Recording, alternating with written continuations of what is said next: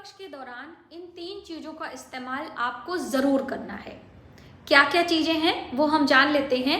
और दोस्तों 7 सितंबर से लेकर 21 सितंबर तक पितृपक्ष प्रारंभ होंगे, यानी कि 7 से शुरू हो रहा है और 21 पर सर्व पितृ विसर्जनी अमावस्या पर समाप्त हो रहा है।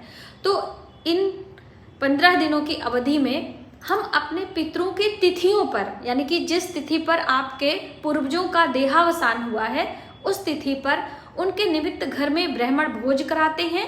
और बहुत सारे लोग नदी सरोवर के किनारे पिंडदान और तर्पण कराते हैं, जिसे श्राद्ध कहा जाता है। श्राद्ध के बाद फिर भोजन का दान होता है। तो देखिए इन 15 दिनों की अवधि में आपको काले तिल का इस्तेमाल जरूर करना है। जैसे कि हम भगवान सूर्य को जल देते हैं तो काले तिल का इस्तेमाल करेंगे।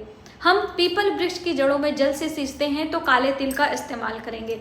भगवान शिव की पूजा में जल अर्पित करेंगे तो काले तिल का इस्तेमाल करेंगे। और पितृ पूजा में तो काले तिल से ही तिलांजलि दी जाती है, और जो हम पिंडदान करते हैं उस पे अक्षत के रूप में छिड़का जाता है। और कुश घास और तुलसी पत्र, ये तीनों चीजें पितृ कार्य में आवश्यक बताई गई हैं। इसके बिना आपका पितृ कार्य अधूरा माना जाता है। तो आप इन चीजों का इस्तेमाल करते हुए इन दिनों में अपने पितरों के निमित्त ज्यादा से ज्यादा दान और उनकी तिथियों पर ब्राह्मण भोजन आदि अवश्य करें।